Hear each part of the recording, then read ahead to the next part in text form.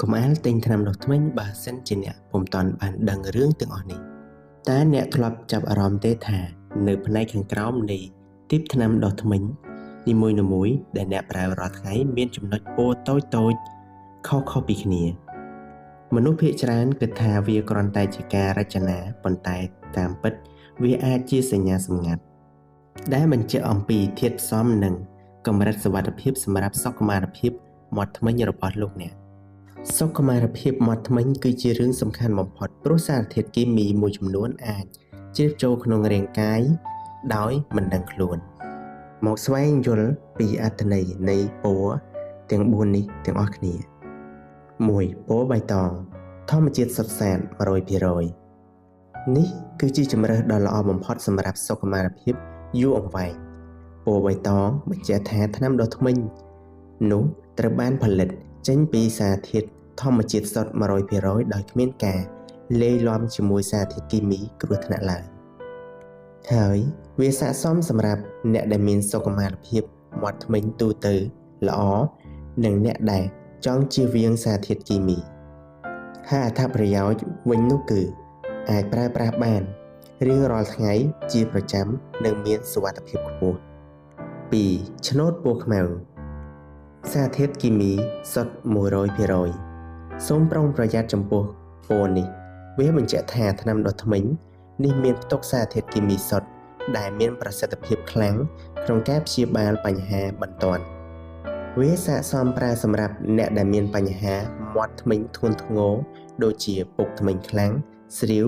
ឬឈឺចាប់ខ្លាំងហើយការណែនាំមិនគួរប្រើប្រាស់យូរអង្វែងឡើយព្រោះ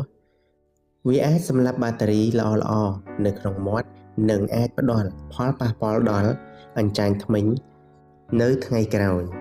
3. ឆ្នូតពណ៌ខៀវឬពណ៌ទឹកប៊ិចបញ្ជាក់ថាធម្មជាតិលាយសារធាតុគីមី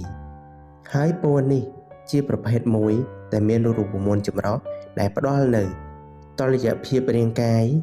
សម្អាតមាត់ធ្មេញនិងព្យាបាលវាស័ក្តិសមសម្រាប់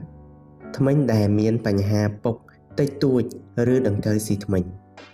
ណែនាំឲ្យប្រើមានប្រសិទ្ធភាពក្នុងការព្យាបាលជំងឺមាត់ធ្មេញប៉ុន្តែនៅតែមិនត្រូវណែនាំឲ្យប្រើប្រាស់ជាប់ជារៀងរហូតដោយគ្មានការអន្តរាគមន៍ពីពេទ្យធ្មេញនោះឡើយ 4. ពណ៌ក្រហមបញ្ជាក់ថាជាថ្នាំដុសធ្មេញដែលមានធម្មជាតិលាយឡំជាមួយឱសថព្យាបាលវាតំណាងឲ្យរូបមន្តដែលត្រូវបានបន្ថែមនៅសារធាតុឱសថជាក់លាក់ណាមួយដើម្បីព្យាបាលមុខរបួសមាត់ធ្មេញស័ក្តិសមសម្រាប់អ្នកដែលទើបតែដកធ្មេញរួចឬអ្នកដែលមានបញ្ហាអញ្ចាញធ្មេញមានខ្ទុះនិងរលាកខ្លាំងណែនាំឲ្យប្រើសម្រាប់តែក្នុងអំឡុងពេលព្យាបាលប៉ុណ្ណោះមិនត្រូវប្រើជំនួសថ្នាំដុសធ្មេញធម្មតាជាប្រចាំថ្ងៃឡើយដំបូលមានមួយចំនួនមុននឹងសម្រាប់ចាត់ទិញថ្នាំដុសធ្មេញលើក្រោយកុំភ្លេចពិនិត្យមើលសញ្ញាពណ៌នៅបាតទីបដើម្បីបញ្ជាក់ឲ្យប្រកាសថាអ្នកកំពុងតែផ្ដល់នូវអ្វីដែលល្អបំផុតសម្រាប់សុខភាពខ្លួនឯងនិងគ្រួសារ